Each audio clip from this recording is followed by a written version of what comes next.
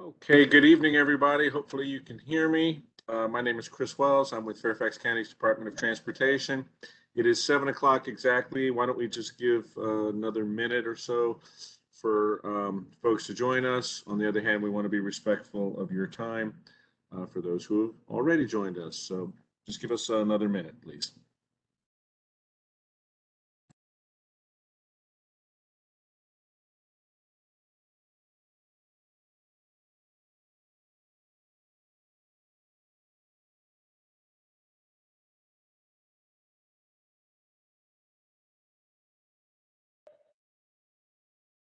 Nicole,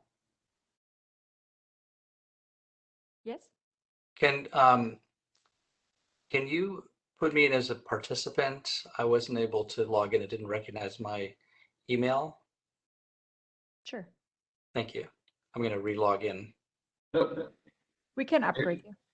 You're already in there. Oh, super. Thanks. I see somebody found me as well.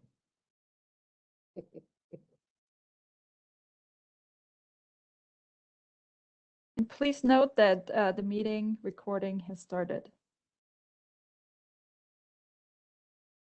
So on that note, I will go ahead and begin. It's 7:02. We gave a couple extra minutes for people to get in, but again, to be respectful of everyone's time, we want to go ahead and start. My name is Chris Wells. I'm the Active Transportation Program Manager in the Fairfax County Department of Transportation. I'm going to give a brief introduction about what this is and where we are with it. And then I'm going to hand it over to our Deputy County Executive, Rachel Flynn, who's going to do an introduction, and then to our program manager on this project, Nicole Winans in the Fairfax County Department of Transportation. So what the Active Fairfax Transportation Plan is an update of what's been known as the Bicycle Master Plan and the Countywide Trails Plan. Both of those are separate comprehensive plan guidance for the county, and the time has come to integrate them and to update them into one document. The Countywide Trails Plan is really just a map showing where the trails should be in the county, and that's existed since the 1970s. And so in the 1970s, that was literally decades ahead of its time, and the county was really on the right track, having a document established back that far back. In the 2000s, the Bicycle Master Plan came along, and not only did it create another map for bike infrastructure, but it also introduced policy and best practices and things like that to encourage better cycling. So what we're doing is we're combining both of those comprehensive plan elements into a new plan called the Active Fairfax Transportation Plan, where we are in the process, and I'm sure Nicole will go over this, but briefly, we've been in the data gathering phase. So we've had outreach and maps where people can draw on, and surveys, and so on and so forth. What we're delivering here tonight is the vision and goals and objectives of the plan, which is our final draft of that, which will go to our Board of Supervisors for approval. And then this will end phase 1 of the Active Fairfax Transportation Plan, and then we'll move into phase 2, and that's when really the meat of the effort, where we actually get into developing these policies and upgrading them and developing the ultimate map of the county. So with that, I'll go ahead and introduce our Deputy County Executive, who's here with us tonight. Rachel Flynn is the Deputy County Executive over our parts of the county, over the Department of Transportation and Planning, the relevant parts that are related to this. And she's an eager and interested participant in this process. So Rachel, go right ahead. Thanks, Chris. Appreciate that. Let me see if I can share and this happen. Can you see that? I'll give it a try now. I just made you the presenter. Oh, okay. Hold on. Let me go back. Hit share here. Can you see that? Yes. Yep. Great. Okay. So as Chris gave an overview of active transportation and why we're doing this, I wanted to go even a little higher and talk about the role of active transportation, why it's so important to Fairfax in terms of placemaking, health, the environment, our economy. It links to so many things that we don't always realize. And since we do this for a living, we thought, well, why don't we let you know what we know about all these connections with ActiveFairfax to the county in general. So why are we doing this plan? Chris gave some background. We're updating our bike plan, our trails plan, and there's a lot more to it. We know so much more now about street design and transportation systems. I think the country is really going through a revolution, and it's great to be a part of it. So the main reason is to shift our dependence on automobile travel to multimodal travel and to make our streets safer for everybody. We're experiencing a higher than we would like rate of injuries and deaths, and this is not okay. It's not okay with our board. And by focusing on ActiveFairfax, making it safe, we think we can change those statistics. Today, our car dependence is 71% on what we call SOV, single occupant vehicle rate, or drive alone to work, DIW, and we want to get that down below 50%. Nicole and Chris and others could provide more information on that, but that is an overarching goal. And what do we have to do to make that happen? We need to make our streets better. We need to connect our sidewalks to the one, two properties down. We need to have better bike lanes and all that. So basically, we have three overarching types of streets. We've got unlimited access highways, Beltway, 66, 95, Toll Road.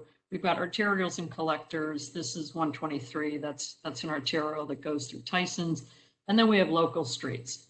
So limited access highways are off the table. We're not going to have pedestrians and cyclists there. Except with the widening of 66, there will be bike lanes on the edge, but they're not going to interact. They're not going to cross the street or any of that. And local streets we do pretty well. A lot of them are privately owned, like this is Mosaic here. We got Ruston Town Center, other places like that. But it's really the arterials and the collectors that we need to do a better job on. How did we get here? Well, I'm going to give you a brief history of roads and streets in 2 minutes, 300 years. But basically, Fairfax looked like this. Most of our roads were dirt roads, 2 lanes to get from farms to market or town to town, Herndon over to Alexandria, Leesburg to Alexandria, what have you. And these were the major routes. So on the, can you see my cursor when I use that? Yes. Okay. Yes, Good. we can see it. So here's Route 1, farms and estates that brought you from Prince William and all points south. It was actually the part of the King's Highway to Alexandria. You had Route 50 that brought you to Alexandria. From the further reaches out here in Fairfax, you had 29 that came through Manassas, and then of course Route 7, Leesburg into Alexandria. And then you also had 123, which is a little bit smaller, but basically this was it. This is how you got through Fairfax. And we all know how big Fairfax is. So we didn't have a lot of roads. And if you think about other places here, you have Alexandria, a lot of streets, DC, a lot of streets, but ours were really country roads that we just kept adding and adding and adding. There was no real plan for walkability. It was really by horse or by train that you got through Fairfax, unless you were in the more urban areas. Here's an example in Alexandria. It was planned in 1749. They took, I don't know who owned the land. It might have been George Washington, because he planned it 1749. They laid out this grid. It's about 14 blocks by 20. Very walkable. Here on the right, actually, you can see the canal that was put in. The railroad came in here later. And so it was a very vibrant place, as you can see, very dependent on the port. Came down to the shoreline, which is one reason it was there, as opposed to Mount Vernon, which is up on a bluff. And a beautiful grid to create vibrancy, walking, horse riding, getting on the boat, what have you, but very active transportation. Same thing with DC. L'Enfant lays out the grid, and it's a slightly different grid with the radials, but still, the whole point was for it to be multimodal, walkable, active transportation. And here's an example of what it looked like in person. And the main thing is it was focused on the pedestrian. And active transportation needs to make that the highest priority with the cyclist. And then those people can get to transit or other means. And you can see here with pedestrians just walking where they will in the street. Streetcars had just come to being in the 1880s. Bicycles were coming into being at that time. They still had horses. You can see one here. But this little machine called the automobile, the combustion engine, changed everything, time and space. It really changed everything in terms of 7,000 years of urban planning. And we ended up with this type of development. And I do want to emphasize, I'm not here to blame anyone. We've all learned over time what's worked and what hasn't. And part of the active transportation plan is to learn from that and say, okay, what we're hearing from people is they want to be able to walk more places, bike, use transit. And so when places like this were created, it was very well-meaning. We didn't see the downside to cars at all. We thought, what's the problem? We'll be able to, it's so convenient, it's great. And then it affected land uses because rather than like you saw in Old Town or DC with mixed uses and walkability, turned into single uses. So you have the mall here, you have office and services here, office, same thing. And the residential was in the periphery, like Pemmon Hills and whatnot. And you got in your car to go to the mall. This was not, it wasn't about walking, but we didn't see the problem with that. And again, we've all learned through time how we can improve it, what worked, what didn't. And of course, the Beltway came in the 60s, limited access highway. That really changed Fairfax. It was great for throughput to get from point A to B, but this isn't about Main Street at all. This was 123, the original country road that cut through Tyson's and Fairfax, getting from farm to market. But now we want to think about how can we change this street that we kept adding on to for throughput to make it a real main street and a real place. You can see here how it affected scale. So when you think about that plan from Alexandria or DC, this is 1960s, one of the first plans of Fairfax, and look how big it is and how we're thinking this is the Beltway, Dulles, and then a bunch of arterials.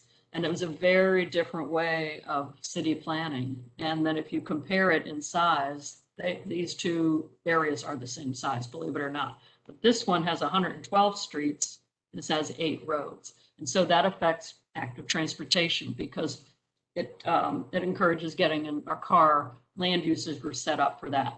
So again, we're trying to rethink that. And we didn't think traffic would happen. It wasn't even a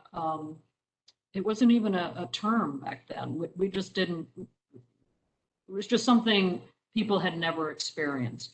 And when you create major arterials and you don't have a grid, it becomes a challenge. And so we're dealing with that as well. And so I just wanted to show you this interesting man from professor from UVA, Peter Norton, wrote a book about the advent of the automobile and what it did. And he talks about how the streets used to be for everyone. They weren't just for the car or the passer through. This was the marketplace. It was a playground. And it was for travel. You could walk through it or get your horse through it. But it belonged to all people. They owned it. And this is an example in, this is Market Street in San Francisco. We're looking at the Embarcadero at the end there. And just wanted to give you a sense of how people are using this street. And they just walk wherever they will. Cyclists come out and they travel where they want to. The car just crosses where they want to. There's no traffic lights. The pedestrian owns the street. You can see the horse-drawn streetcar. You can see, again, a pedestrian just crossing where they will, getting out of the way of the car. Here comes another streetcar. And it was like a choreography. But one of the reasons you could do this was because the speed was so slow for the car. But then that all changed when they became faster. And so they created a new term called jaywalking. A jay was a kind of a rube, an unsophisticated person. And they said only jays cross wherever they want. Sophisticated people cross the crosswalk. And so that changed it. And also we couldn't play in the streets. There were many deaths from children playing in the street. And so it really changed kind of who owned it.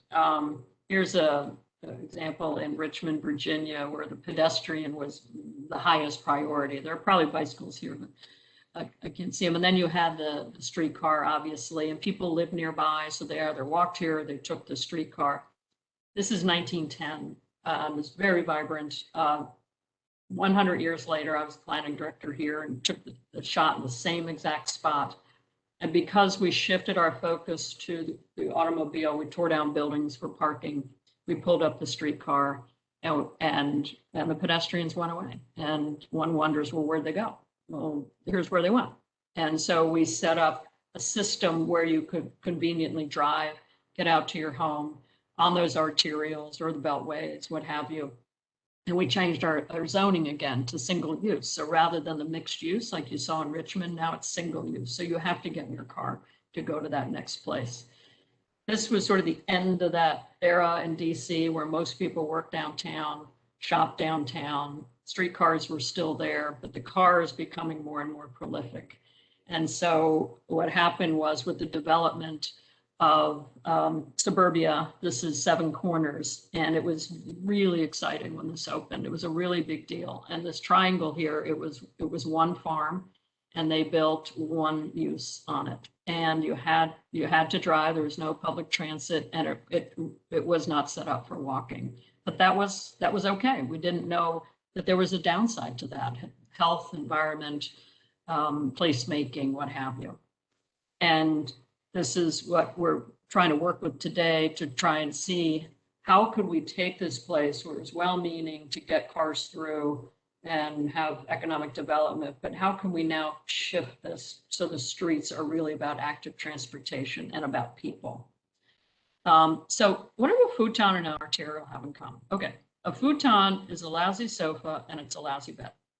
An arterial is often a lousy place and it has lousy traffic flow. So it was invented to just deal with through traffic. You get from point A to B, but now we're stuck in traffic, and that's not working for people.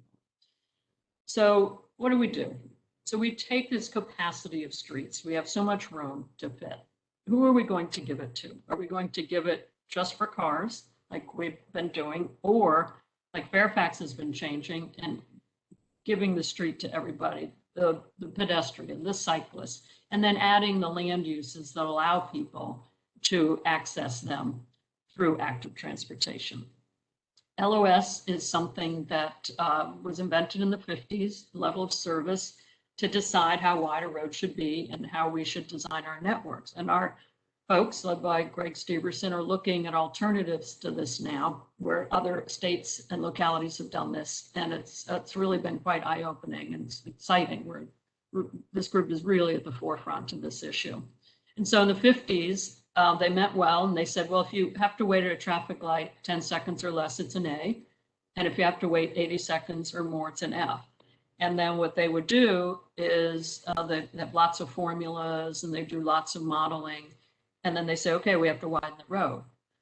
But where's the active transportation in this? And this is what we've learned over many decades. Like, where does the pedestrian go? Are they safe? Are they going to cross all those lanes of traffic? Is the traffic speed now going to go up because the road gets wider? And we would say, yes, it will go up. And so we're working to shift this so that, what about all users and making that sidewalk and the pedestrian the priority and the bike lane? You can still get cars through, but how do we balance it so that others get the priority? And again, that's what active transportation is all about. So what's important depends on your values and perspective. So the image on the left is Old Town, very walkable, that grid I showed you. image on the right is an arterial 29, and well-meaning, but to get cars through. It wasn't about placemaking necessarily, but helping cars get through. So in the LOS, the one on the left is an F because you've got to wait more than 80 seconds. The one on the right's an A. But for an economist or a placemaking person or planner, the one on the left's an A and the one on the right's an F. So we're trying to balance this. And what we're learning is that by widening and widening, we would never solve for congestion because the more cars, we're inducing more car travel. So how do we induce more PED by transit use? We've also seen over the last 25 years that we are driving more. So again, how do we shift from that drive alone mode to walk, bike, use transit? And one way is to rebuild or to build a grid like Old Town had. This is actually Savannah, and this is a more traditional suburban grid. So if I live here and I want to get here, I probably have 20 ways to get there because of the grid. But if I live here and I want to get here, I got to go out on the main collector or arterial, come over here and go in here. And so it's not efficient. And often what happens is parents then have to drive their children, and that's not efficient. It's not healthy for children or the environment. So that's another component of active transportation.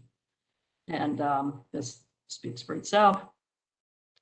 So what we're doing is rethinking LOS, bringing in active transportation, and then call me in the morning. We think this is going to work. We're going to have a better Fairfax because we don't want more of this. Again, it was well-meaning, but can you find the pedestrian? There he or she is. And with safety, we have over 40,000 people who die in the US every year. We have about 15 to 18, I think, in Fairfax alone. And part of it is the design. So this was not designed for pedestrians. And this is where we had the death. Ms. Alston was killed last year. Ms. Asante was killed here last year. And Mr. Uboa. And our board was very distressed by this and asked us to really look seriously at pedestrian safety. And obviously active transportation is key in this. So we're working on that. And this is not uncommon, this jaywalking. Many of our deaths are from jaywalking. And our people deserve better than this. This is not okay. This is not okay. And we're not providing enough opportunities for crossing and safe access, and it is affecting lives.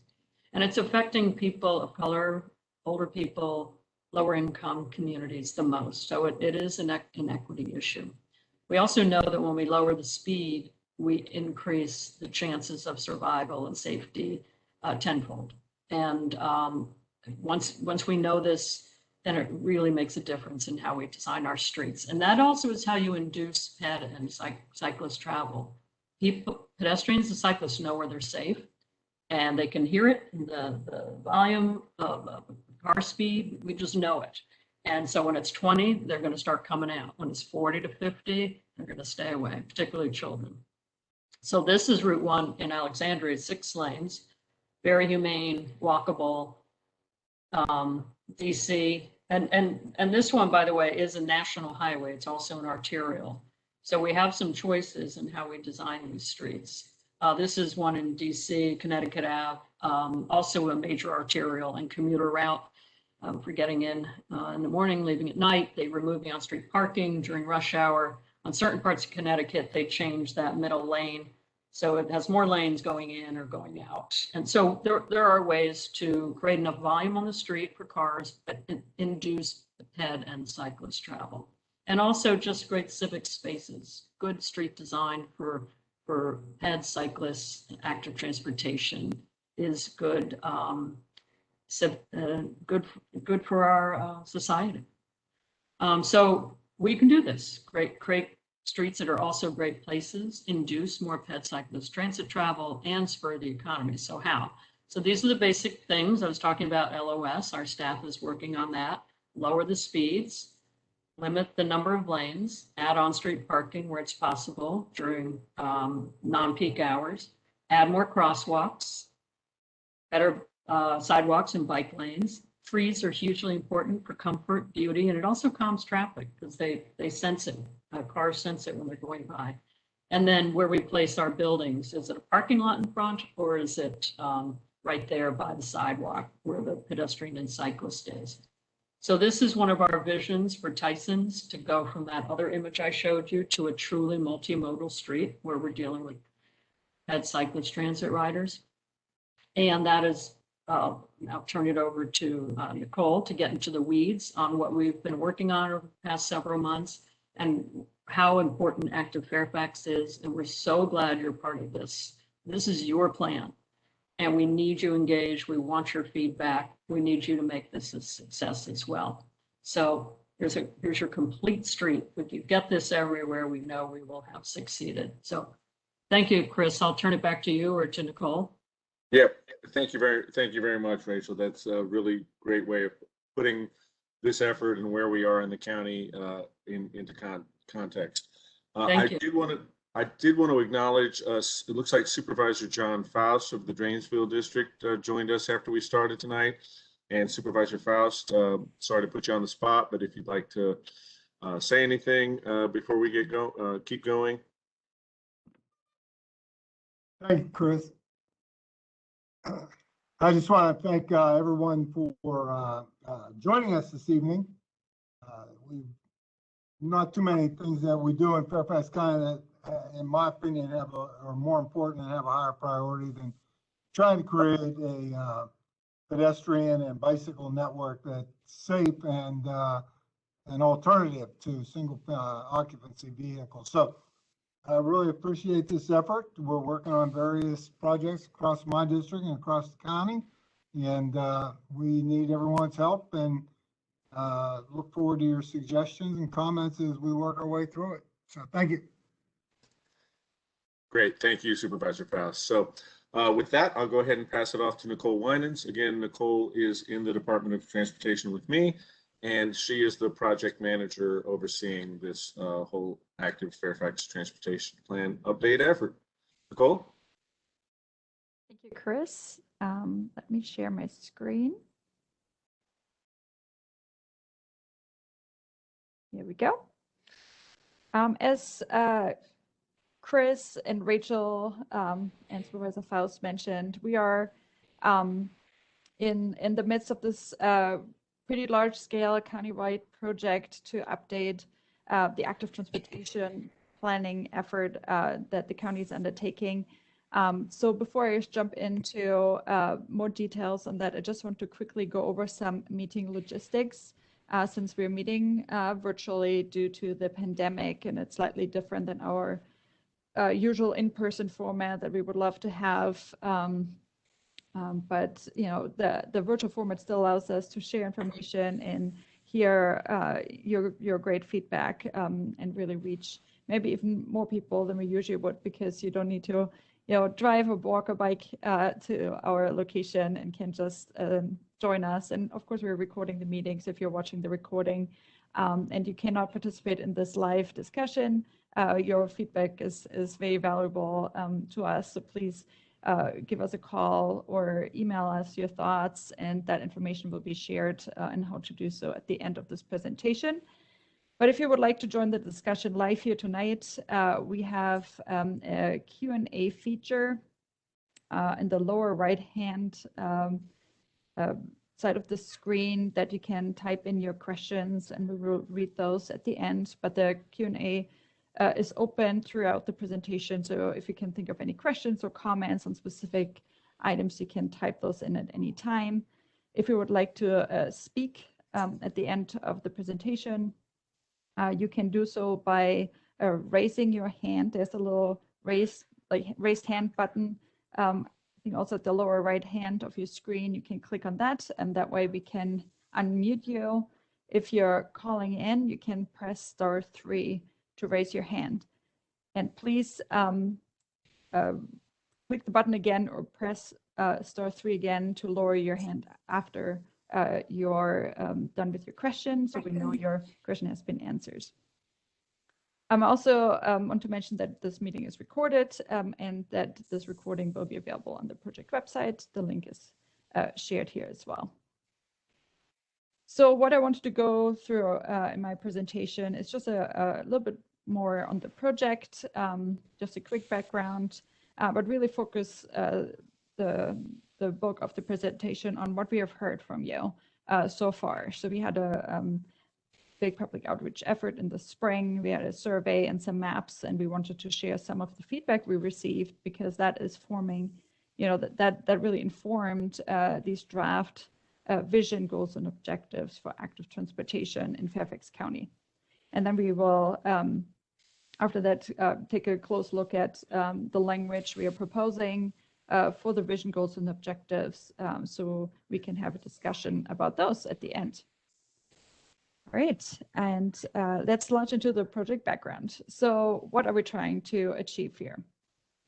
So we are, as we said, we're updating the plans, but why are we doing that? So what we are trying to achieve is a connected network of sidewalks, of course, but also bikeways and trails throughout the county. And as Rachel mentioned, we also want to include complete streets elements, so not just, the concrete and the pavement, but these amenities that really make a street more comfortable for all users and also safer. Then we're also going to look at changes that may be needed to laws and policies that help make active transportation safer and more convenient, and also program recommendations to encourage active transportation, get more usage out of our facilities. And then we have a huge need for new facilities, an update of existing facilities in the county. So we want to prioritize or make some suggestions on how to prioritize the limited funding we do receive for updates. In the grand scheme of things, we do get a lot of funding, but we have such a big need that prioritization is definitely helpful moving forward.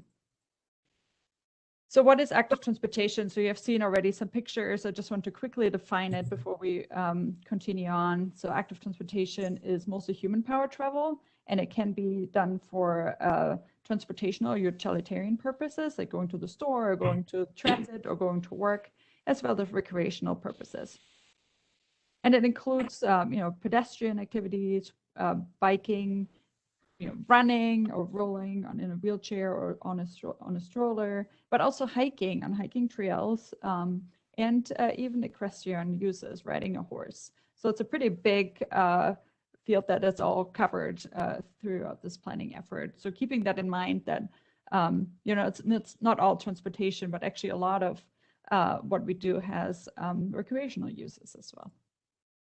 Here's some examples, of course, pedestrians, but you may have seen the scooters out and about in Fairfax County, and even though those are motorized, they still count as active transportation, so they're a small exception, and so do e-bikes and other small micromobility vehicles, as they're called, that support active transportation usage. I also wanted to quickly define complete streets. Rachel Flynn already gave a great introduction with lots of great pictures about what complete streets look like. So they really are meant to serve all modes, pedestrians through good pedestrian infrastructure, sidewalks, crosswalks, a place for bikes that can be on street or off street, depending on how busy the road is. It should be separated from traffic. It can be mixed with pedestrians, or it can be separated from pedestrians. Of course, there's space for cars, but slower speeds, of course, are key to complete streets. Transit should be supported. Of course, sometimes they can run with traffic, but also, for example, the bus rapid transit that's planned for Richmond Highway would have its own transit lanes. We talked about the shared mobility, scooters, but also bike share. We have that in Fairfax County, and that needs a space, as well as places to rest and enjoy. So having places to sit in the shade or with some light really increases the comfort and enjoyment of these public spaces.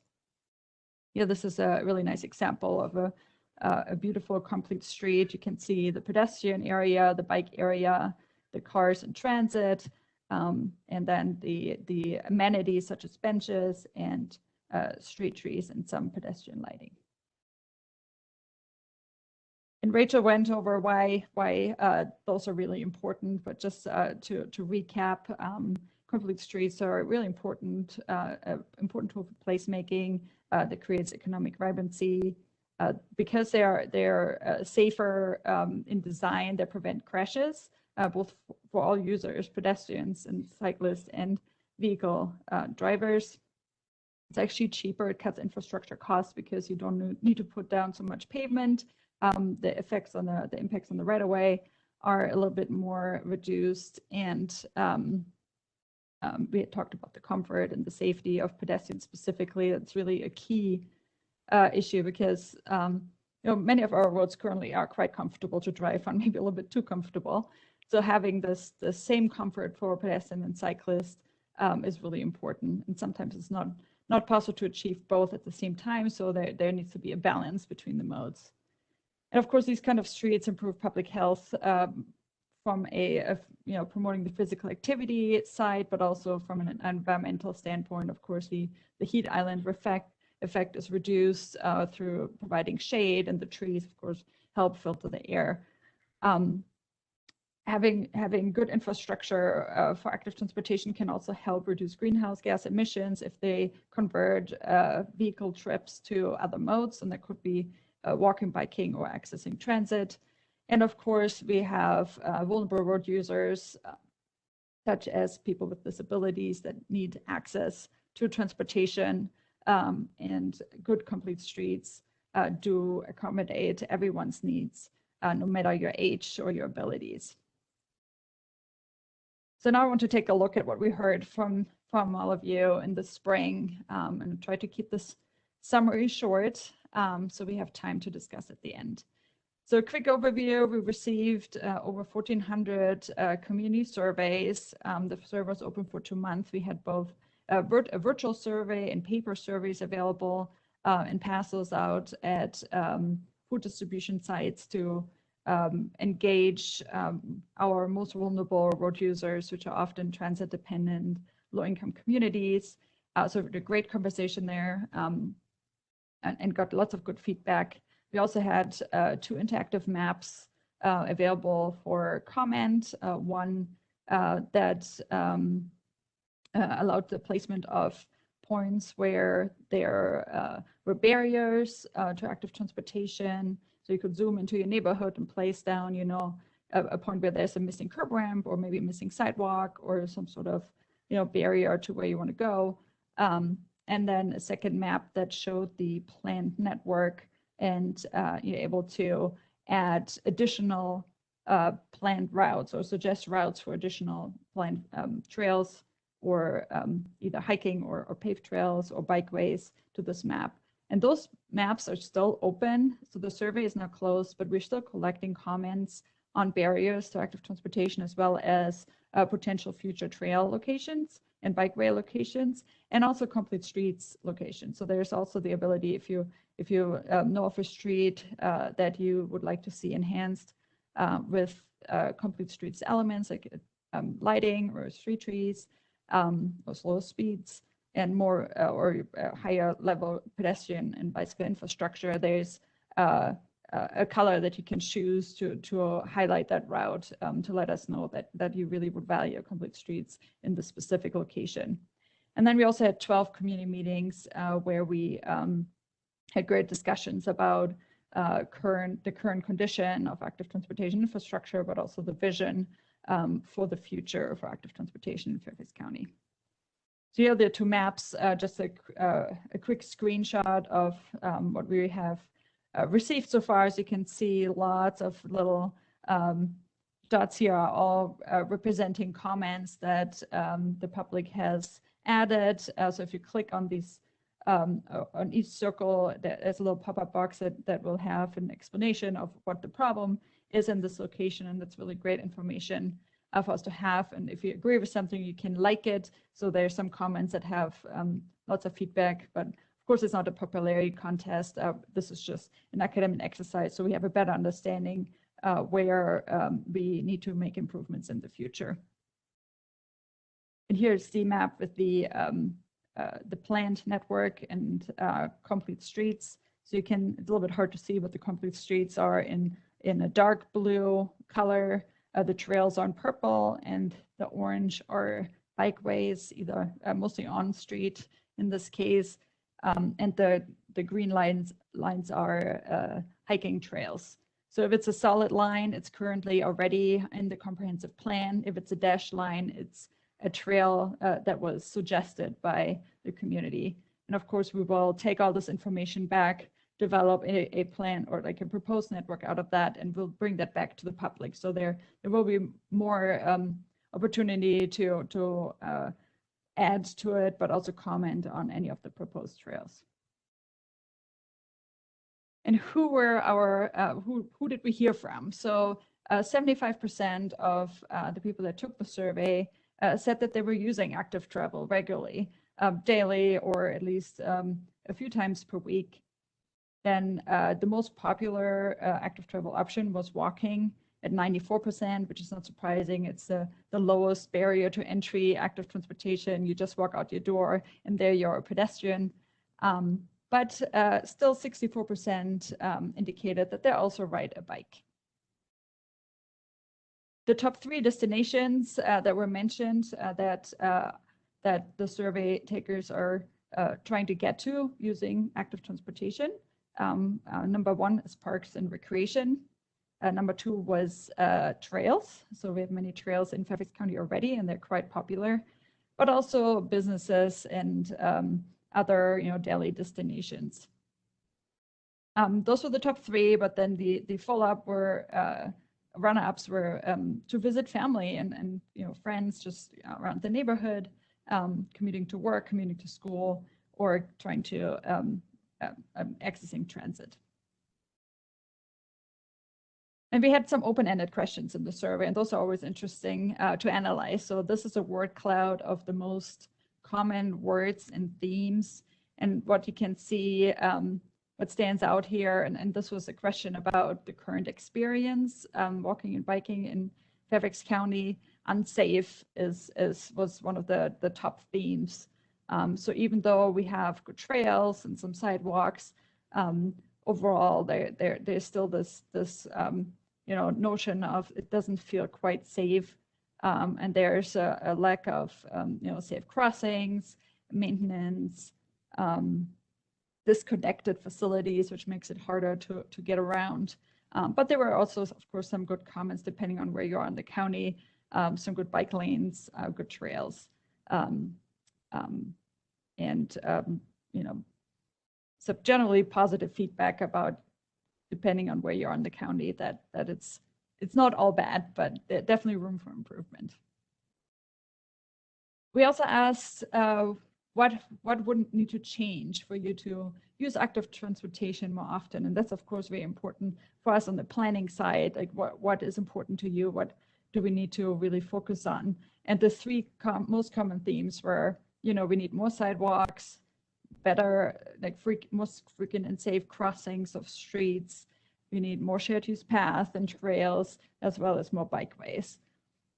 The other suggestions were, change the land use to get destinations closer to me so I can walk to places, slow the cars, reduce the vehicle speeds, trees for shades would be great because it gets really hot in the summer.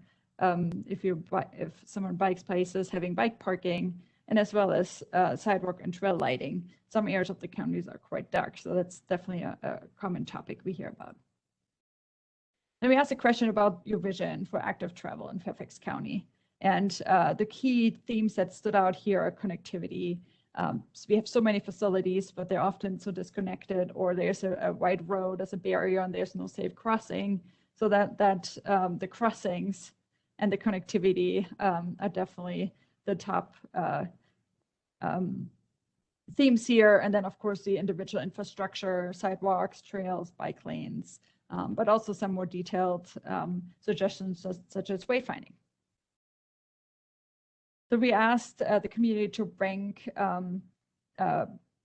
what is important for you when you think of a street, just the basic elements, like if you had to make a decision where to invest, what would be most important to you. And that, not surprisingly, considering it's an active transportation study and planning effort, active transportation scored really high. The sidewalks and trails and accessible, accessible sidewalks and trails was the #1 importance, followed by the pedestrian crossings, bikeways, and then also a grass buffer between a sidewalk and trail and traffic. That goes back to the comfort of not wanting to be too close to fast-moving traffic and lots of traffic. And then, of course, bus stops should be accessible for our transit users.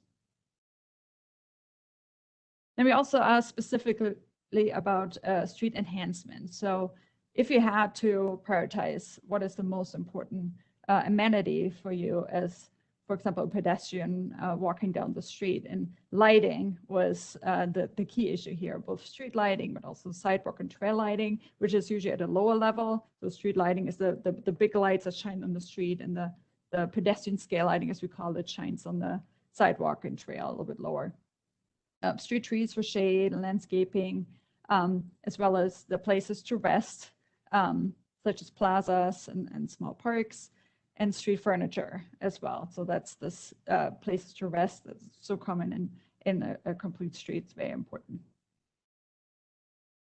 Then we had a couple pictures in the survey to kind of get an understanding of what the comfort level is in our street network. What facilities are really helping to make the biggest part of the public feel comfortable using active transportation. And this was an interesting comparison because it's both Route 1, it's the same road, but on the left here, this is in Fairfax County, Route 1 in Fairfax County, and then on the right is Route 1 in Alexandria.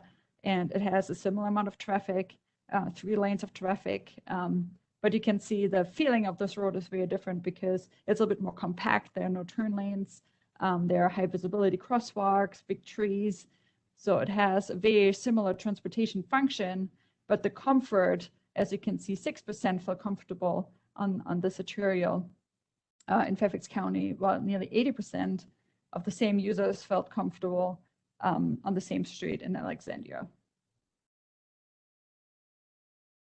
And this theme kind of continued throughout this visual survey. So here you can see this is a major tier with a sidewalk. Only 13% felt comfortable, even though this is a standard sidewalk with a nice wide grass buffer, but it's still not it's a very car-centric environment, not very pedestrian friendly, and it creates very low comfort in pedestrians. Slightly better is having this barrier to the material with the higher speed traffic. But still, it's not really a welcoming space for pedestrians. So just less than half felt comfortable. And then in comparison, we have a more urban environment with the complete street and the street trees and the nice pedestrian facility. The street looks like it's maybe still busy, but lower speeds just from the context. And here we have a nearly full response, and this is a comfortable environment. And similar in the residential street, a typical suburban kind of residential street that's very popular, of course, and for many, the reason to move to Fairfax County is to have this kind of neighborhood, and nearly 90% felt comfortable walking along this road. And we also asked about trails specifically, and trails overall scored pretty high from comfort level. Of course, there's the trees and there's no traffic to be too close to, so very high comfort level.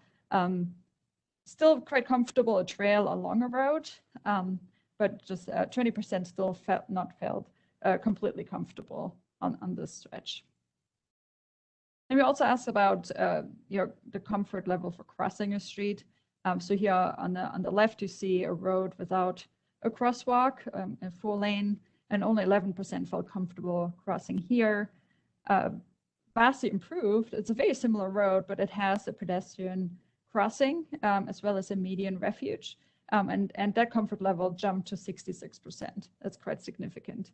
And even better, having only 2 lanes to cross with a high visibility crosswalk, and then additional enhanced warning lights that somebody is in the crosswalk. More crossings here. This is a signalized pedestrian crossing with high visibility. So technically one would think that's really safe and comfortable, but it's still pretty long crosswalk to cross and a turn lane to cross. So only 39% felt comfortable here. A pedestrian bridge here in over Route 50. That's quite a comfortable facility, still not, in the 90s, because it could be, potential maybe concerns about being isolated away from the road, but overall, from a pedestrian perspective, 85% still felt comfortable. That personal safety, personal comfort feeling drops in a tunnel, even though it's just a short tunnel right under the road. Being that secluded from the ice on the street drops that comfort level to 50%, even though it's, you're not contending with traffic, but there may be other concerns. We also asked some questions about biking. So where do you like to bike? Where do you feel comfortable biking? About 68% of all survey respondents filled out this part of the questionnaire. So that's only people that are biking or interested in biking represent this percentage. So keeping that in mind, among the biking public, nearly everyone felt comfortable on a hard surface trail through the forest. So this is by far the most comfortable biking facility and extremely popular. The WD is a good example. Then we have soft surface trails that someone could ride a mountain bike on. That's a little bit more, it requires more skill because it's more narrow and you have the trees in the way and it's curvy. It doesn't really, it's not that friendly for beginners or children. So only 50% felt like this was a great facility for them to bike on. And then we have on-street bike facilities that we asked about. Here, a shared lane on the left, only 17% felt comfortable. It has a median, so a center line, so the drivers and the cyclists actually share a lane in the same space. It's not particularly comfortable for beginners or families with young children. It's a little bit more comfortable not to have any markings on the road. So this road already was a little bit more appealing. The percentage is lower than we expected, but many people really do want that separation from traffic. We have some bike lanes on major arterials in Fairfax County, so we're curious how many people felt comfortable using those, and we got 16%. So that's the experienced cyclists that really like or feel comfortable biking on these type of facilities, but it really doesn't serve, the general public. And even on a more rural road, bike lanes only serve 34%, and often also pedestrians as well, because you can see there's no sidewalk. Buffered bike lanes create a little bit more separation from traffic, and the comfort level, it starts to increase to 50%, 54%. And then looking at facilities that are actually completely separated from traffic. Here in an urban setting, if it can't have a nice kind of off-street cycle track, we can have a shared use path, an urban shared use path, and 89% feel comfortable using that. But once you get separate pedestrians and cyclists, in addition to separating active transportation users from vehicles, you're looking at a 90% comfort. And the two-way cycle track is even more comfortable because it's a little bit more roomy. So that is one of the best facilities for urban environments. All right, so without further ado, we want to take a look at the main reason we're here tonight, the draft vision, goals, and objectives, and what we want to keep in mind when we're going through the next couple slides is this is really what we want to hear from you about. You go, did we get the vision right? Like, do you have any other thoughts about goals and objectives that would make sense? Any questions you may have? Any comments on these on the language we're using? And this will basically be the foundation of the planning effort moving forward. So based on what we, the vision and goals that we establish, we would start develop the network recommendations, the policy recommendations to help us achieve these vision, goals, and objectives.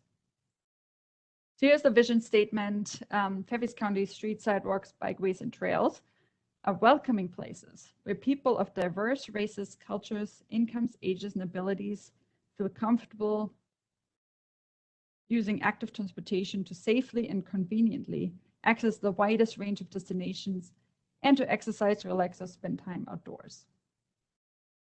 Think about that for a second.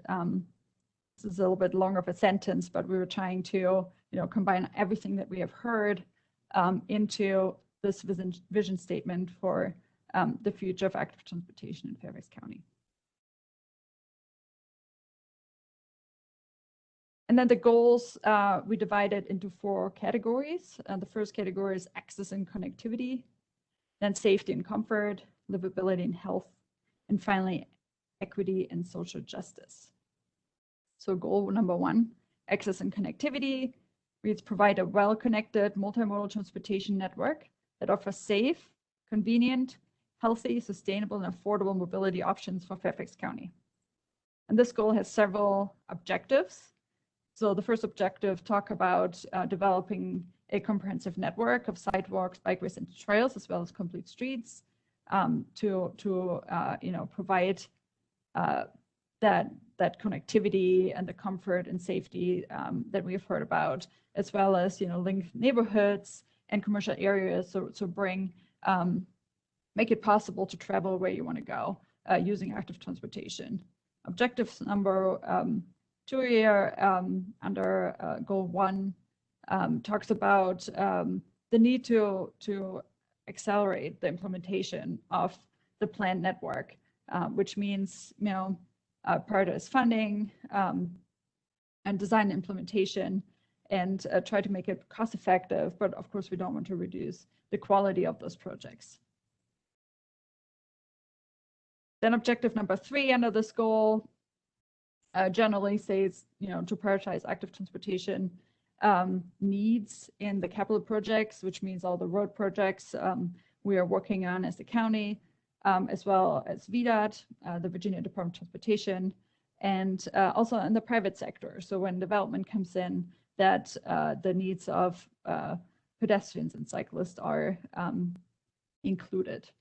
Objective number 4 talks about the land use, so how transportation and the built environment relate to each other, so we can have the best transportation network in the world for pedestrians and cyclists. If we can't go anywhere, it doesn't really cut back on trips. So having places close by to access and walk to is really key for having a multimodal transportation system.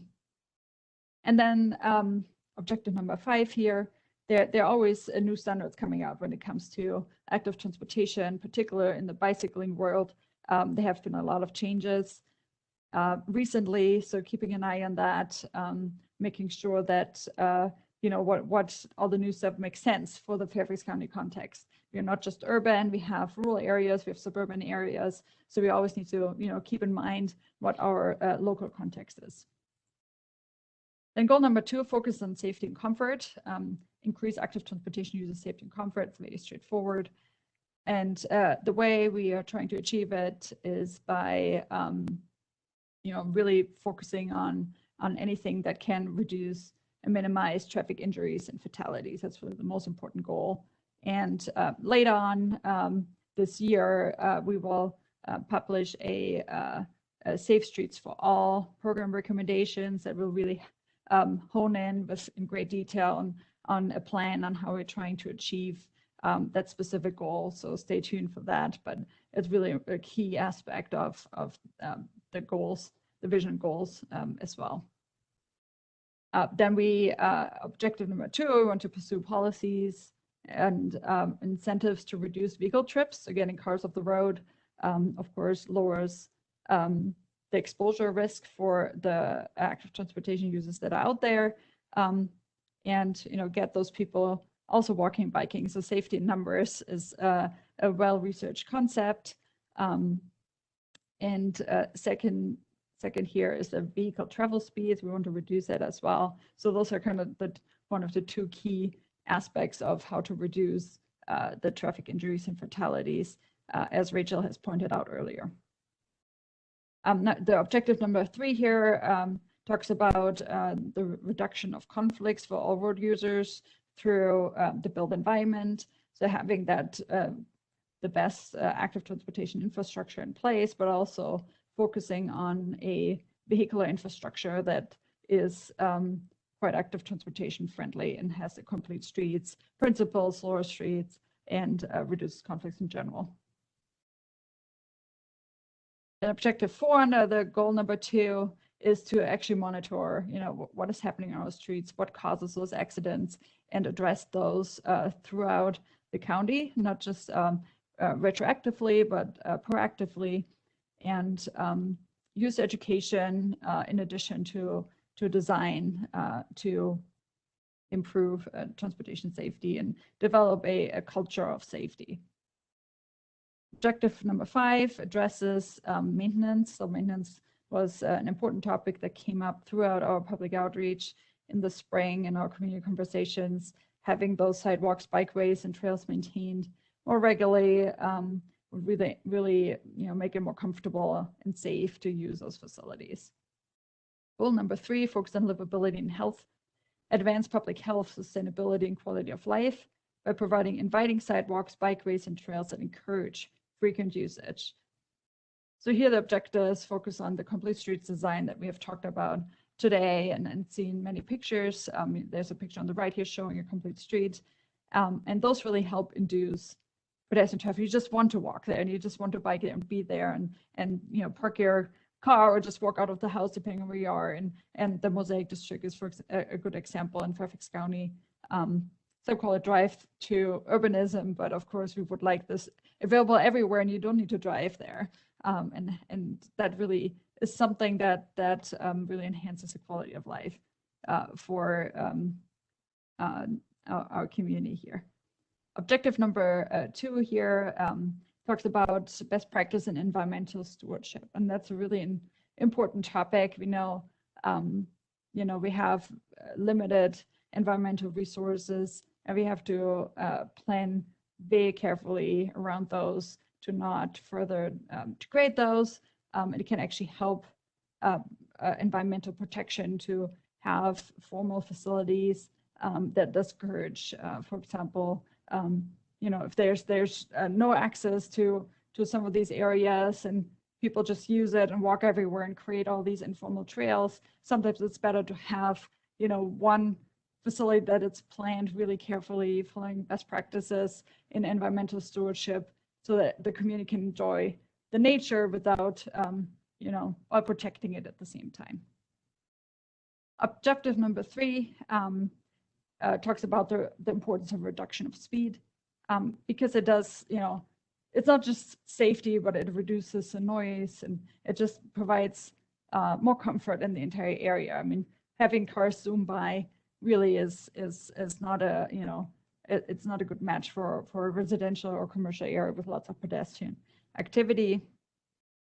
And then objective number 4 here talks about the educational and promotional programs that we can do to highlight the great network that we have and any new facilities we're building to boost the use of those. So we have many trails that sit empty because people may not know about it. So a lot of people discovered their neighborhood trails during the pandemic, particularly during the lockdown, and we've never seen greater trail use than we did today, but there's definitely more we can do to enhance the use of those facilities. And lastly, goal number 4, the equity and social justice here. I place a definition at the bottom of what we mean by equity, and this is from the One Fairfax policy. But it basically says, we want to provide the opportunity to fully participate in all the good things that we have in Fairfax County for everyone, no matter what your background is. So the goal reads, provide a multimodal transportation system that prioritizes the needs of the most vulnerable road users, including communities of color, low-income communities, small children and their caregivers, youth, people with disabilities, and older adults. So here the objectives are, number 1, to, of course, apply the One Fairfax policy with everything we're doing, everything from the developing our active transportation policies and programs and facilities, and follow through all the way. Then objective number 2 here is to apply best practices and inclusive public engagement. And that's really important because we often don't hear from our most vulnerable road users, and we need to make sure that we understand their needs that may be different from from the users that we're hearing from. And lastly, we want to really provide equitable access to the entire active transportation network, to all the transit, schools, jobs, throughout all the stages of active transportation planning for the facilities, and of course recreational opportunities. So we know affordable mobility is really important. If you're transit dependent, if you don't have access to a car, we often see our active transportation users out there in very unsafe conditions because they have no other choice. So really prioritizing their needs is one of the key goals.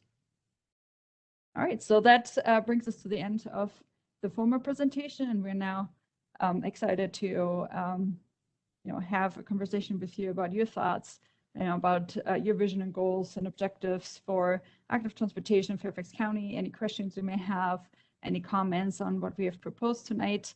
So if you would like to participate, again, you can use the Q&A window, or you can raise your hand by pressing *3 if you're on the phone, or you can press the raise your hand button on your computer if you're joining us via your computer. And you can also email us, and the comment deadline is September 19th, and the email address is ActiveFairfax@fairfaxcounty.gov.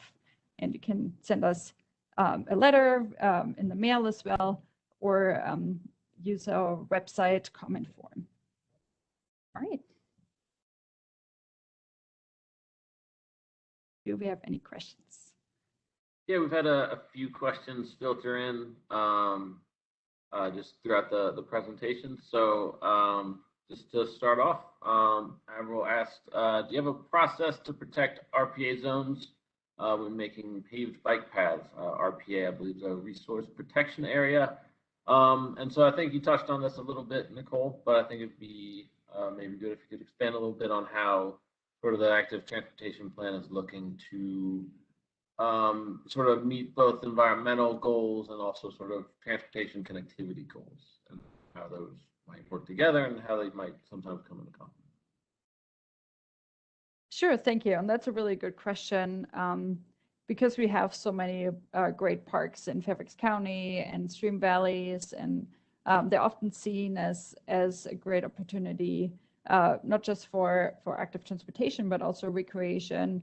And access to parks has been really important, particularly from an environment, from a public health standpoint, mental health.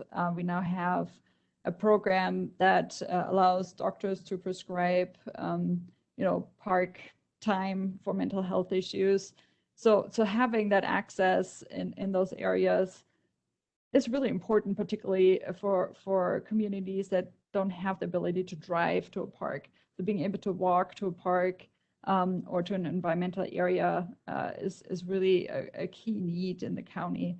And we know that's really important to the Park Authority as well. And we will coordinate very closely with the Park Authority that owns most of our parks, but also Nova Parks, a National Park Service that owns some of the parks, to make sure that we tap into their expertise and their knowledge of their area and their parks to ensure that the trails we are proposing work with the environmental areas and don't go through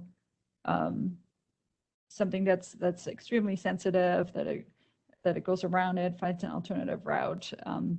But those are, again, just lines on the maps until the project is funded. And once the project actually gets implemented, they can do environmental studies and look at the topography and go into like great engineering detail of how this can be built. And most of the trails are very narrow, a very small impact. And of course, it can wind around existing trees.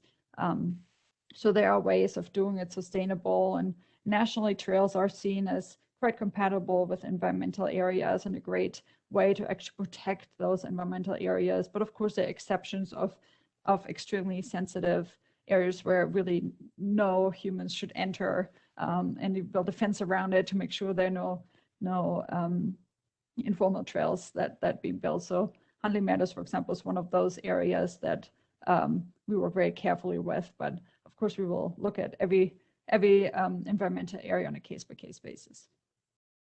Thank you. So our next question came from Margaret. How's the county funding the ActiveFairfax initiative? She notes that she's heard that funding can be quite limited, especially for active transportation projects in the county. So we're using carryover funding from the which is taxpayers' money for studies.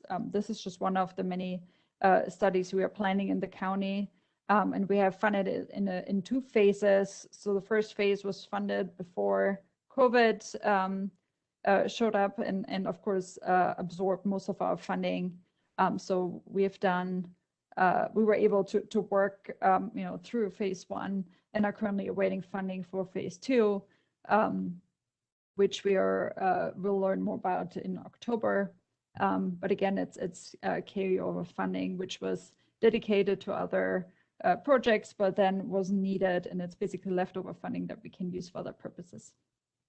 Sure, and let me just thank you, Nicole. Let me just jump in also, and I know where Margaret is coming from. The needs in this county greatly outweigh the resources. So the Board of Supervisors has prioritized $536 million of funding over 23 fiscal years. And that's more than any other jurisdiction in this region. And that's, $23 million a year. And that sounds like a lot, but it's not, because, we get a sidewalk request, almost every day, but at least every week. And so we have a lot of the county that, as Rachel's presentation showed, was built over original, literally Indian trails and farming trails and things like that. And then development that occurred in the county in the 40s and the 50s when sidewalks weren't all being built. So the the subdivisions and everything that was built in the 70s had sidewalks, but many of our original collectors and arterials do not.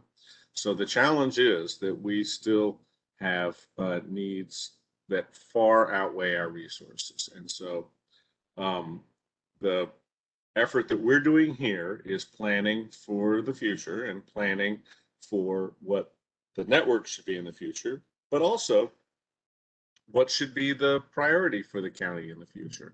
How do we prioritize the funding that we do have? Do we prioritize, and how do we prioritize that funding? But ultimately, the implementation of these missing links is an incredible challenge. And certainly, I would encourage citizens who are interested in this to make their opinion known to their elected leadership. To make their opinion known to their state elected leadership. A lot of the funding that we have available to us is county funding. A lot of the funding we have available to us is state funding. But again, there's unfortunately not enough to go around. And the more funding that's available, the more that we could do, and the less emphasis on roadway funding, and the more emphasis on active transportation funding can help make that funding available. But we currently do not anticipate funding for new projects to be available until at least fiscal year 2026. But that's a related part of this planning effort that we're talking about tonight. Chris, guys, this is Supervisor Frost. Can I make a comment? Can you hear me? Yes. Yes, sir. There are several members of the board who don't believe that 2026 figure is or date is acceptable. I know we're looking at options for finding additional funding for the pedestrian and bicycle projects, they being obvious, very high priority. One of the reasons we don't have the money that until 2026 is that a large sum of money was taken away from the county by the state. Chris, you can correct me if I got the details wrong, but we had gotten a significant funding increase in 2013 when the legislature passed its transportation funding bill. It was mostly money generated in Northern Virginia, but you know, they at least allowed us to keep it in Northern Virginia after it was generated. But then, in order to dedicate funding for Metro, rather than creating a new funding source at the state level, the legislature looked to the funding sources that the county was currently receiving and took a large, very large portion of that money and dedicated it to Metro funding. Something that was desperately needed, obviously, and something that we can't begrudge, but it hurt us and set us back pretty significantly in terms of our ability to fund projects. We had what we call transportation priorities, TPP, I forget what the other P stands for, projects, transportation priority projects, looking out 6 years, and we had to unfund them, if there's such a term, because that money was taken away.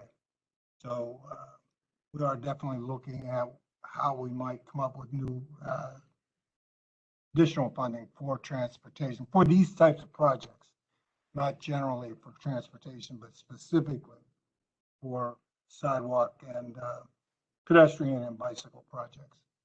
Thank you.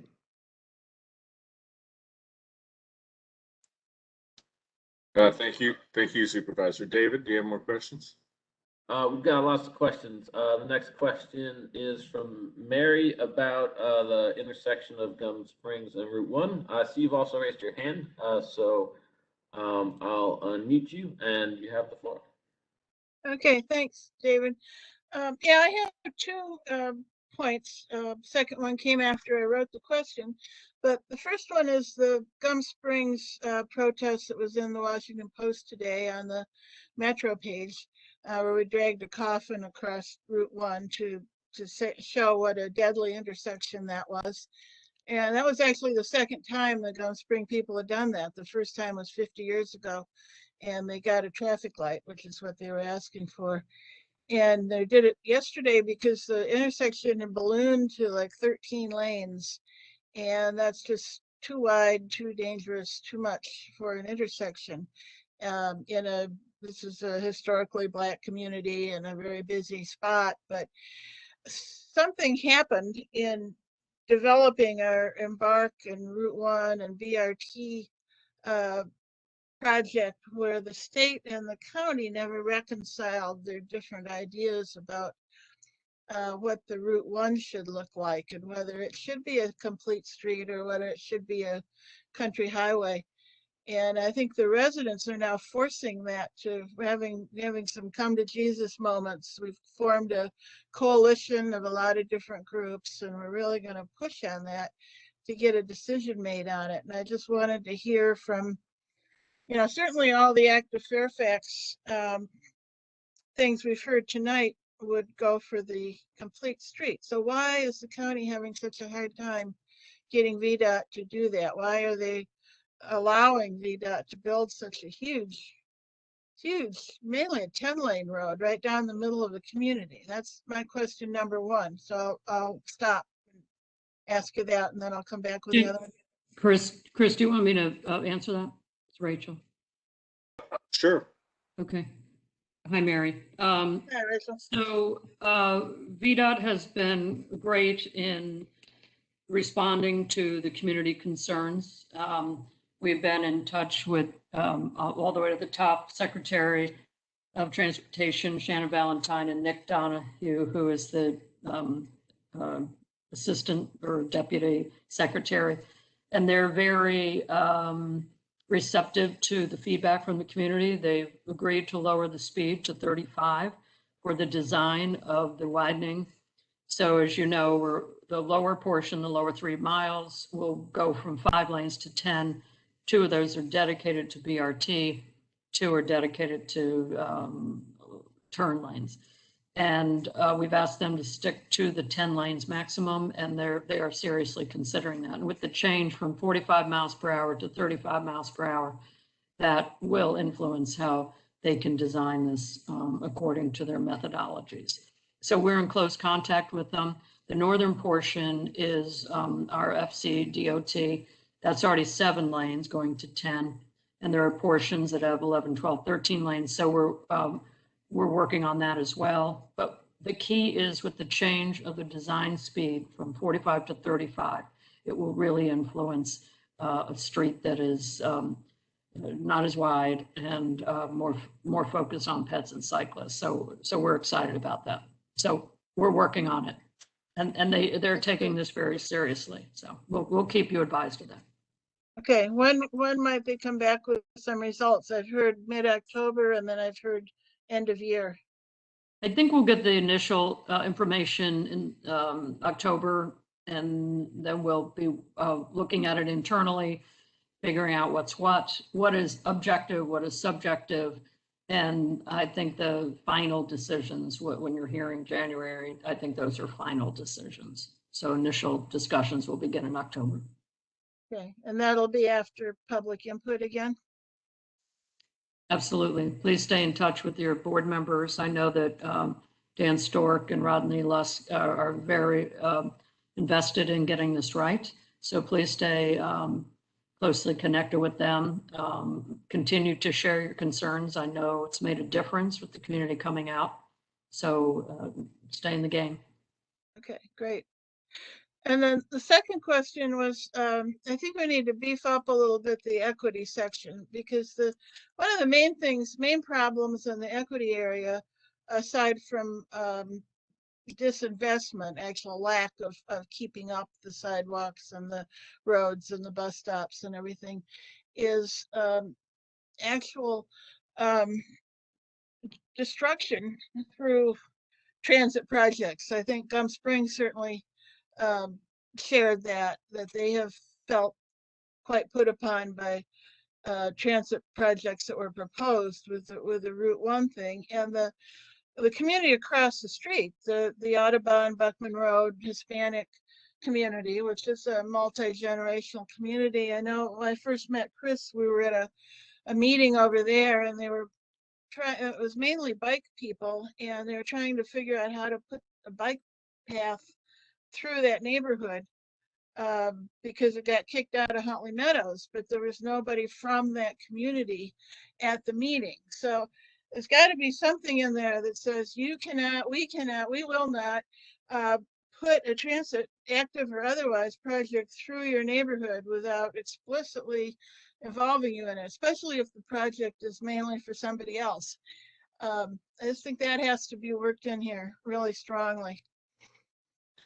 Thank you, Mary. Those are excellent comments. I mean, in the active transportation field, which is the the industry term for walking and biking, we've been aware for the 20 years that the board has established the pedestrian program that there's a disproportional impact in pedestrian safety to different communities that don't always have a voice. And so we've always been focusing on Route 1s, Columbia Pikes, Route 7s, places like that, even though no one told us to, right? I mean, we knew we had the accident, we had the crash data that showed us that we were aware that those are the areas that we had huge bus ridership numbers, that literally an entire Metro bus fills up at Route 7 in Glen Carlin when it comes by. So we've always, from a staff perspective, focused on serving those communities that needed the active transportation infrastructure, but didn't always have the voice. What you're hearing now, and what you heard in Nicole's presentation, is I've worked for the county for 23, almost 24 years now, and we've really made an effort under the One Fairfax policy now, but even before that, to do what we can to try and get that feedback from exactly your point, the communities that are impacted, but also can benefit from the services we're trying to provide. So we've really done our best as government to get away from the elementary school cafeteria meetings, to actually come out to do pop-up events at shopping centers, pop-up events at places in the community where people are going, to utilize actually members of the community. We conducted a survey where we had local high school students that spoke Spanish and Vietnamese conduct a survey in a community. And we're now, in this past year with the pandemic and everything that's been going on, we know that we have people that are coming to our food distribution sites, and we've taken that opportunity to go to those food distribution sites and again have one-on-one contact with people in their language and get their input. So that's a great point. I'm not certainly going to sit here and say that what we do is perfect, but there's certainly a huge difference in how we're doing things today than even just 5 years ago. And I'll chime in. This is Greg Stevenson's. I'm the deputy director here at FCDOT. And I work a lot with our outreach and communication folks as well. Chris and Nicole and their group do as well. And like Chris said, we're doing a lot of things to try and find better ways of working with the various communities and trying to figure out how to best reach folks where they are, how to best talk to people, in their community and in the languages that they speak, trying to find the best times to potentially talk to folks. Not everybody I can show up at 9 o'clock at night for a night meeting type person. Finding community leaders and folks that people trust to be able to either help us relay the message or to give us the contacts of the people so that we can talk to them. We're doing, a pretty yeoman's effort to really try and revisit and refine the way that we do public outreach in order to meet people where they are and get to talk to people who may not necessarily even know what's going on or know that something is happening, so that, we don't have situations where people are not aware of what's going on or not aware of a project. So we're doing a lot to really try and, retool, redefine, and refine the way that we do that.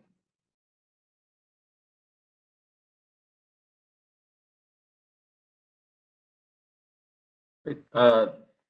Thanks for chiming in as well, Greg. Our next question, we've had a couple of questions on a very similar theme about how Fairfax is in a different boat than, say, Arlington and Alexandria are when it comes to street ownership. And so some of the questions we've got are about how is the ActiveFairfax plan going to try to work within sort of the VDOT framework that we have, and try, especially with regards to things like level of service and speed and those sorts of things.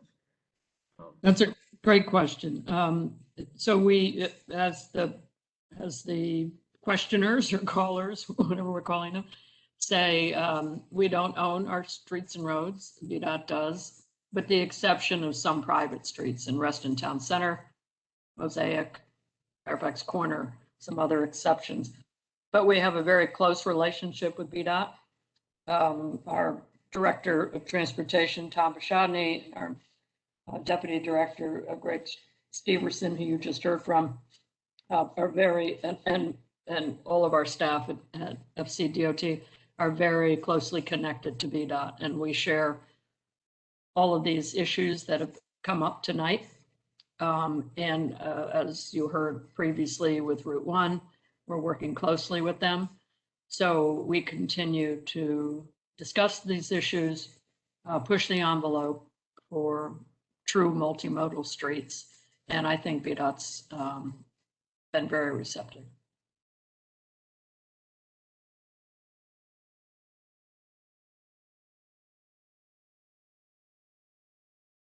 Great. Thank you, Rachel. Our next up, we have another hand raiser, Elizabeth. You're unmuted. Hi, sorry, I was in the process of typing my question, but thanks for taking my question. I guess I'm a resident who just was aware of this about a week ago. The online where you can kind of draw where you would like a trail. And it's really been eye-opening to see that, one person can make a suggestion, and now it seems as if the county is moving forward. I realize it had, nothing has been voted on, but it's becoming a part of a plan. Just one guy saying, hey, it'd be great to have a path here. And I'm not sure, but I don't think he lives in my neighborhood enough even to know there are paved paths very close to where he proposed. He's proposed some going within, right along somebody's property line, which it does show on a map as, I guess, there's some sort of access or easement, but it would immensely affect those homeowners. I'm given another strong vote for you've got to contact homeowners associations, neighborhoods before anything is proposed. I feel like it's why waste your money? Why talk about an environmental engineer who can do surveys on the land? Why not ask the residents and say, what does this look like in the spring when it rains? What is it, that kind of thing. I would like more outreach. I'm sorry, but it would have been nice to know about this earlier through maybe the homeowners association is one way. I realize not everyone has that, but that's a route to go. Thank you, Elizabeth. That's a great question. So the maps, the virtual crowdsourcing maps we shared this spring, and they're still open for feedback, are just a way to gather input from the public right now. There's nothing is decided on. Anyone can draw any lines on the map, no matter how feasible this trail is, and there are definitely trails that are currently suggested by someone that goes to public property, or there's another reason why this may not potentially be feasible. So it's just a way to gather some feedback, and this is how in the 70s our original trail plan was developed as well. Just groups of the community got together and drew lines on the map to see what based on their local knowledge, what would make sense. But of course, now everything has changed. It has been a long time. So some of these trails that are currently on the plan may need to be rerouted or changed from, facility to a different type of facility, or eliminated in some cases if they're no longer feasible. So if you're looking at a solid line on the map, that's actually our comprehensive plan, and has probably maybe been for the past 50 years, but it has never been implemented if it's not currently there. Any of the dashed lines are, as you mentioned, our residents at adding some information to the map, and those will all be reviewed. So it's just currently a way to engage the public and getting their local knowledge, but it doesn't mean it's part of a plan network, or it will be part of a plan network depending on where the trail location is. So we really rely on this local knowledge, and sometimes it's very good local knowledge, and sometimes it's just someone that thinks this makes sense looking at a map. So we will need to check all those recommendations. We're working close with of course, all the property owners, the big public property owners, which are the Park Authority, the National Park Service, Nova Parks, the Board of Supervisors, the school districts, the FAPS, but of course the HOAs as well. So if there's a trail, suggested trail through an HOA, we would need to reach out and have that community conversation. So please don't worry, nothing is decided yet, and there will be multiple rounds of outreach when we have more of a, we have to sort through all these recommendations and kind of, establish a recommended network that we, of course, will bring out to the public, and we will gather exactly that type of feedback you're providing. Like, this is not a good area because it floods, or, there's XYZ reason why this wouldn't work. Why don't you look over here? That's much better. And that's fantastic feedback. So, please stay engaged.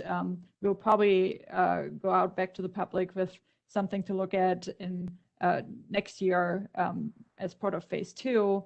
And then there will be another round of outreach, definitely a public hearing 2-3 years down the road before any of this becomes official, part of the comprehensive plan.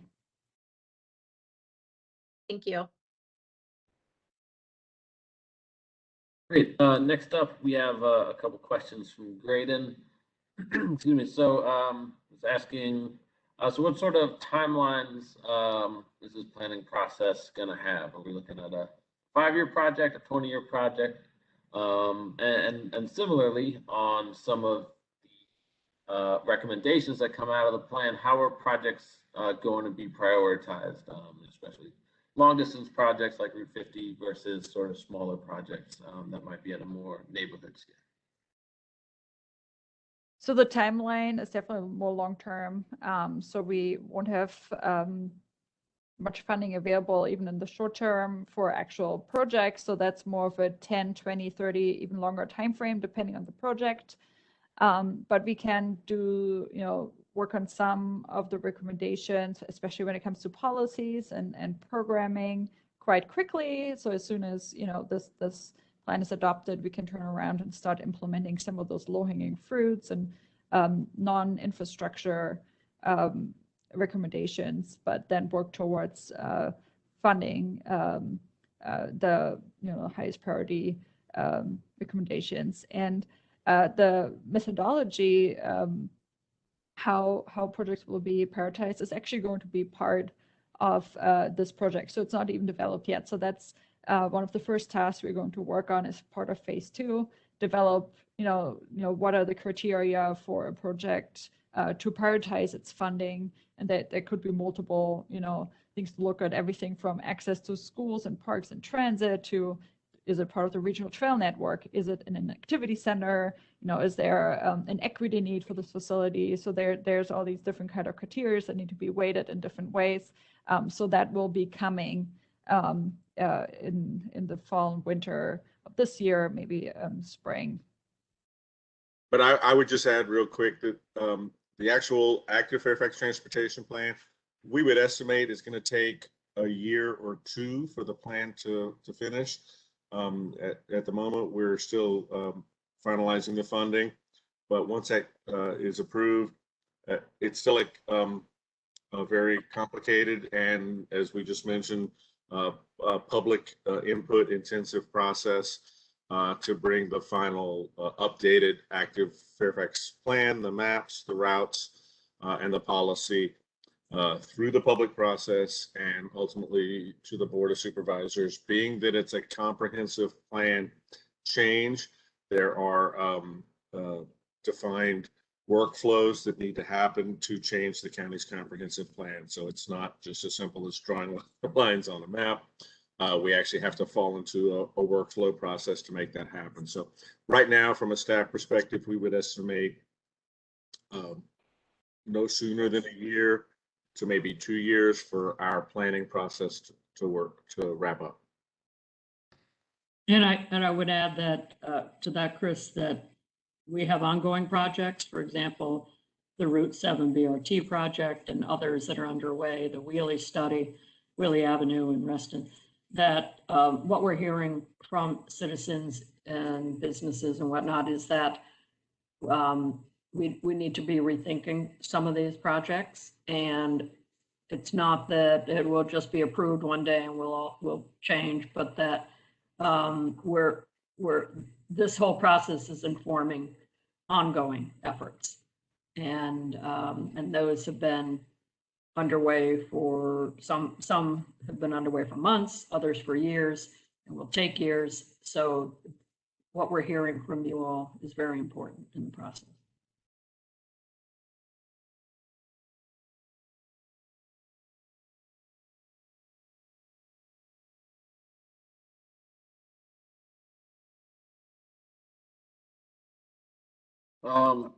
Great, thank you. So we have gotten a lot of great questions.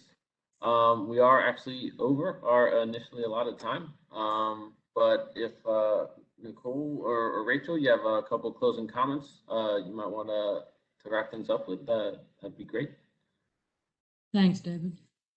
Again, it's so important that you're part of this process, and thanks for taking your evening to hear our presentation and to provide your feedback and these questions, which are really valuable to us.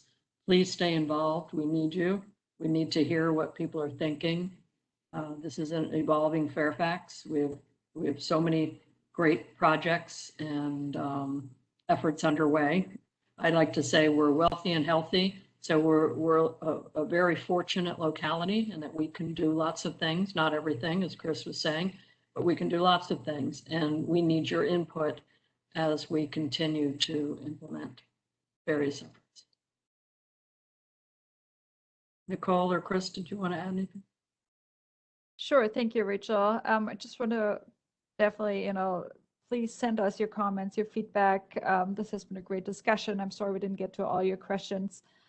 Please email ActiveFairfax@fairfaxcounty.gov, and we will try to answer all the questions you have. If you would like to, suggest other language for the vision, goals, and objectives, that's definitely very helpful as well. Or if you have any concerns, so we heard a lot of concerns today about some of the project, or also the way projects are implemented, and feel free to always share those with us, even past the deadline. It's really important to have a good, it's just a two-way street communication. So we're always there for you. This ActiveFairfax email address is, always available to you outside this project as well. So please feel free to reach out.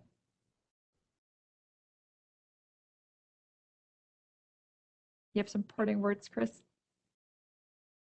Just again, thank you everybody for taking your time. We got a county of 1.2 million residents, and we really do benefit from your input, critical, constructive criticism, but positive feedback. Every aspect of everybody's involvement is hugely important to our leadership here in the county. So thank you all for taking the time to be here. Thank you, Chris and Nicole. Thank you. Have a good night. Good night. Take care.